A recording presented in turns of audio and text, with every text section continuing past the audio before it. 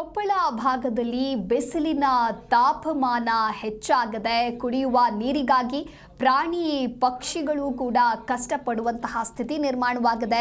ವನ್ಯಜೀವಿಗಳಿಗೆ ನೆರವಿಗೆ ಅರಣ್ಯ ಇಲಾಖೆ ಬಂದಿದೆ. ಗಂಗಾವತಿ ಅರಣ್ಯ ಅಧಿಕಾರಿಗಳ ಶ್ಲಾಘನೀಯ ಕಾರ್ಯ ಇದು.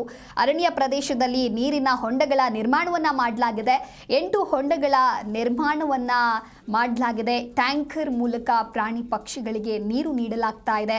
ಕಲ್ಯಾಣ ಕರ್ನಾಟಕ ಭಾಗದಲ್ಲಿ ಬಿಸಿಲಿನ ತಾಪಮಾನ ಹೆಚ್ಚಾಗ್ತಾ ಇದೆ. ಈ ಭಾಗದಲ್ಲಿ ನೀರಿಲ್ಲದೆ ಕೆರೆ ಕಟ್ಟೆಗಳು ಬತ್ತಿ ಹೋಗ್ತಾ ಇದೆ.